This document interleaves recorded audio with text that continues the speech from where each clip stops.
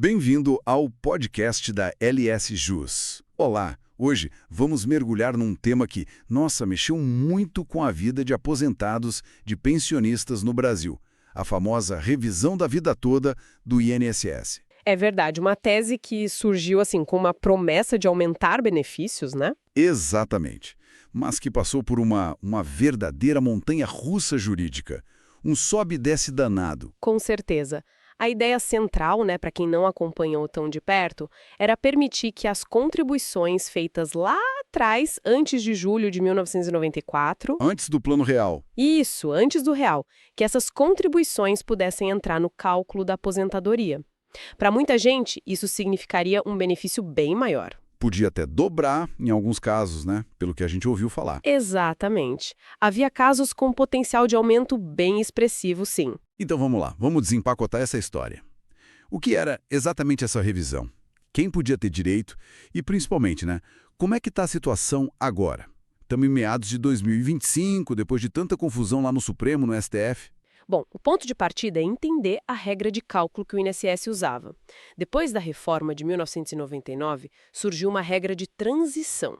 Ah, sim, a Lei 9.876. Isso. Essa lei dizia que para quem já contribuía antes dela, o cálculo da aposentadoria só ia considerar os salários a partir de julho de 1994.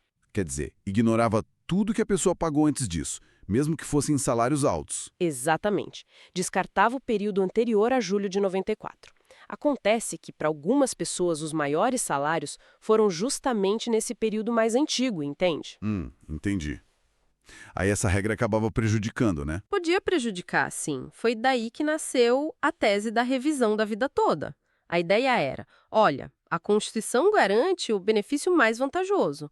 Então, o segurado deveria poder escolher Se usava a regra de transição, que só pegava de 94 para frente, ou se usava uma regra que considerasse, bom, a vida toda de contribuições, né? Incluindo o período anterior. Perfeito, considerar todo o período contributivo se isso resultasse num benefício melhor para ele. E essa tese ganhou força, foi parar na Justiça, e o STF chegou a dizer que estava certo, não foi? Foi, e em dezembro de 2022, teve uma decisão importante, foi o julgamento do tema 1102. Lembro disso, gerou muita notícia na época. Sim, o STF validou a tese, reconheceu o direito dos segurados de optarem pela regra que considerasse todo o histórico se fosse mais vantajosa. Parecia uma vitória consolidada para os aposentados. Parecia, né?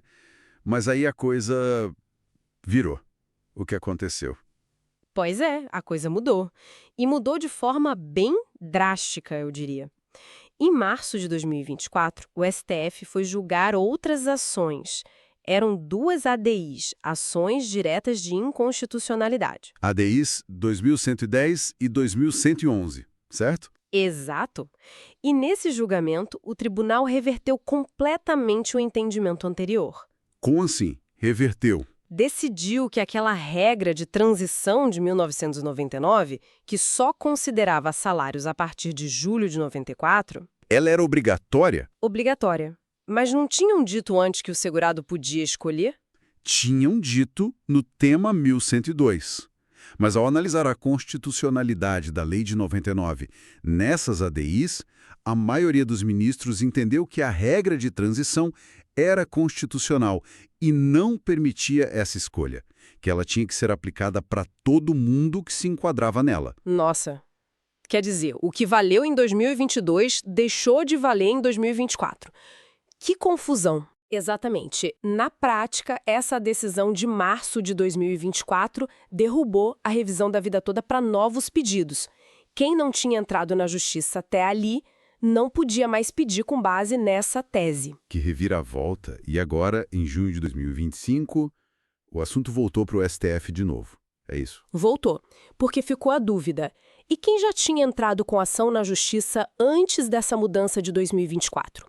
Quem estava com o processo correndo, talvez até com decisão favorável em instâncias inferiores, baseado no entendimento de 2022. Ah, claro. O que fazer com esses casos? Isso. O INSS, claro, recorreu ao STF, pedindo para aplicar a decisão mais recente, a de 2024, que é contrária à revisão, para todos esses processos antigos também, basicamente para anular tudo. E o julgamento disso começou. Começou, sim, foi no plenário virtual.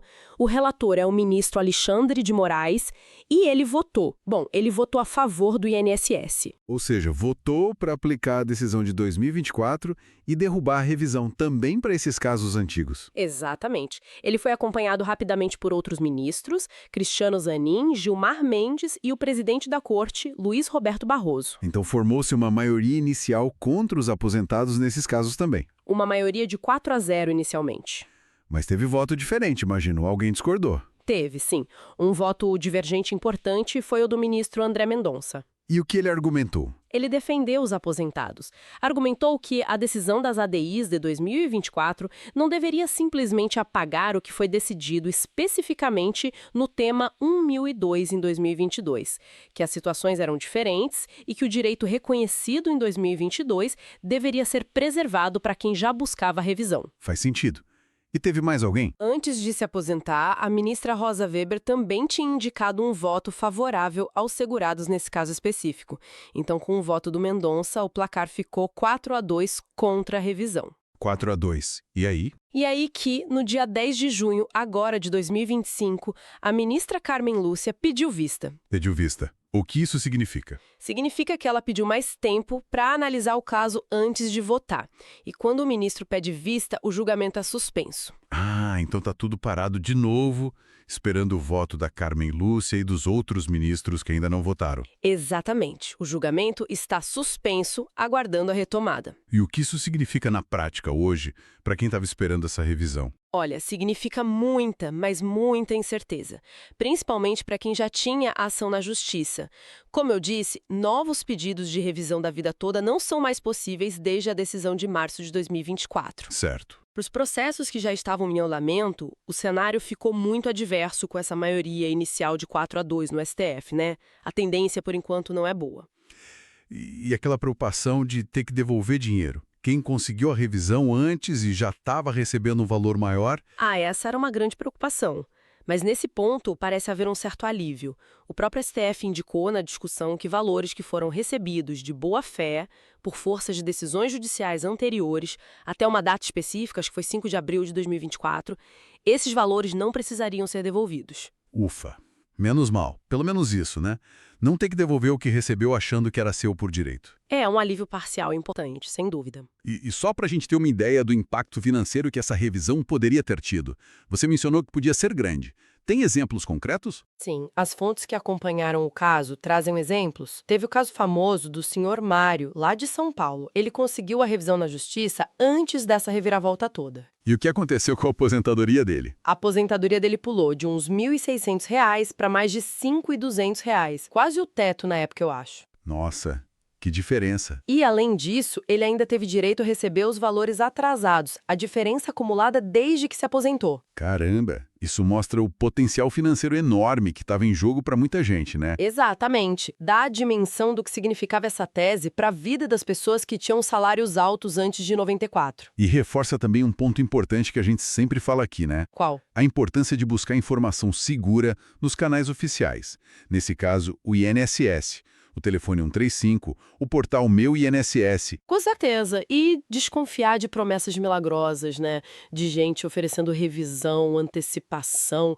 Infelizmente, sempre tem quem tende a se aproveitar da situação. Pode ser golpe. Verdade. Muita cautela fundamental. Então, tentando resumir essa confusão toda. A revisão da vida toda, que era uma esperança para quem teve salários altos antes de 1994, ela foi validada pelo STF em 2022. Exato, mas depois foi derrubada pelo mesmo STF em 2024, pelo menos para novos casos. Isso. E agora tem um julgamento em andamento que está suspenso para decidir o que acontece com quem já estava com o processo na justiça antes da mudança. Exato, e o placar inicial nesse julgamento está desfavorável para a revisão, 4-2 contra. Aguarda-se o voto da ministra Carmen Lúcia e dos demais, ou seja, muita incerteza ainda no ar para esses casos. O cenário atual, então, é bem desfavorável para a tese da revisão. Mas a palavra final sobre a aplicação aos casos antigos ainda está pendente. Tem que acompanhar os próximos capítulos. Precisamente. É fundamental ficar atento às decisões oficiais do STF quando o julgamento for retomado. Fica a reflexão, né?